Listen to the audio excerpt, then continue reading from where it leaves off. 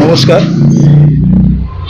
তাৰমানে অতি পৰিতাপৰ বিষয় যে স্বাধীনতাৰ পৰা আৰম্ভ কৰি যেতিয়াৰ পৰা আমাৰ ভাৰত স্বাধীন হৈছিলে তেতিয়াৰ পৰা আৰম্ভ কৰি আমি সমগ্ৰ ভাৰতবৰ্ষ তথা আমাৰ অসমত এই আমাৰ হিন্দু বাঙালীসকলে অকল আমি ভোট প্ৰদান কৰি আহিছোঁ।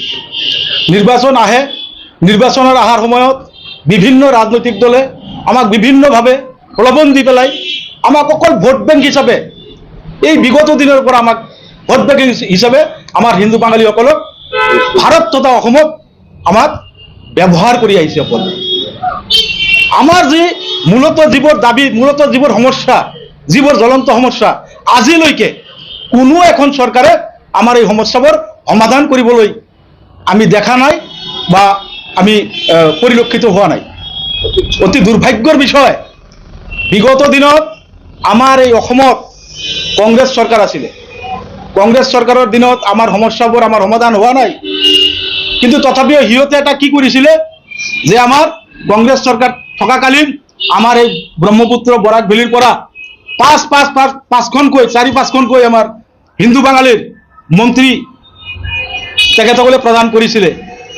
কংগ্ৰেছ চৰকাৰ থকাকালীন আমাৰ লেংগুৱেষ্টিক মাইনৰিটি বোৰ্ড বুলি এটা আমাক বোৰ্ড বনাই দিছিলে, এইটো কংগ্ৰেছে কৰিছিলে।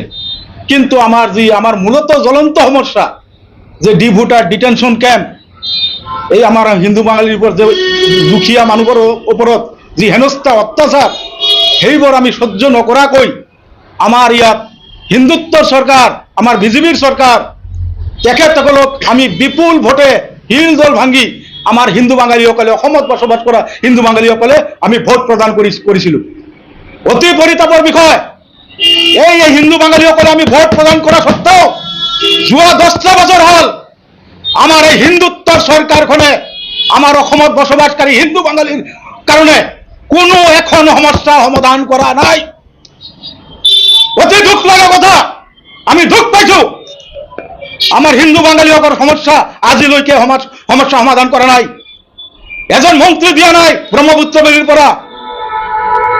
আমাৰ যিসকল আমাৰ BTC ধৰি লওক, BTC চৰকাৰ, UPPL আৰু বিজেপিয়ে বিগত দিনত চৰকাৰত আছিলে, তেতিয়া আমাৰ ইয়াৰ পৰা যদিও 2 এজন হিন্দু বাঙালী আছিলে আমাৰ মানে EM বা MCLA হিচাপত, তেখেতসকলেও আমাৰ কাৰণে একো কাম কৰা নাই। জাতিটোৰ হৈ কোনো মাত মাতা নাই তেখেতসকলে।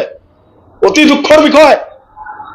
আজি আমি ক'বলৈ বিচাৰিছো আমাৰ সমস্যাৰ সমাধান লাগিব।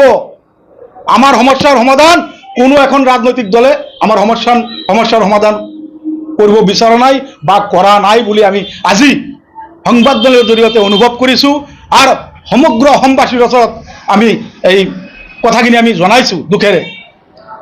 আমি কংগ্ৰেছে হোক, AJP হোক, BJP হোক, BPF হোক, UPPL হোক, গোটেই অসম জুৰি, বিশেষকৈ আমাৰ ব্ৰহ্মপুত্ৰ ভেলীত আমাৰ হিন্দু বাঙালীৰ পৰা হিন্দু বাঙালী সংগঠন কৰি লোৱা নেতৃস্থানীয় ব্যক্তিসকলক বা সুদক্ষ ব্যক্তিসকলক যিকোনো দলে যদি এইবাৰ প্ৰাৰ্থিত্ব প্ৰদান কৰে, তেখেতসকলৰ হৈ আমি সদৌ অসম বাঙালী যুৱ ছাত্ৰ ফেডাৰেশ্যন আমি কাম কৰি যাম আৰু তেখেতসকলক জিকাবলৈ আমি চেষ্টা কৰিম। ইয়াত কোনো দ্বিমত নাই। আমাৰ এই স্পষ্ট কথা আমাৰ। আর যদি আমার কোনো হিন্দু বাঙালিক যদি সুদক্ষ প্রার্থীক নেতৃত্ব দিয়া নহয় বা প্রার্থিত্ব দিয়া নহয়, তেনেহলে আমি যদি কোনোবাক জিকাব নোৱাৰো, তেনেহলে আমাৰ যিবোৰ অঞ্চলত গৰিষ্ঠ সংখ্যক ভোটাৰ আছে সেই ভোটাৰ দি পেলাই হলেও আমি হেৰুৱাব হলেও পাৰিম।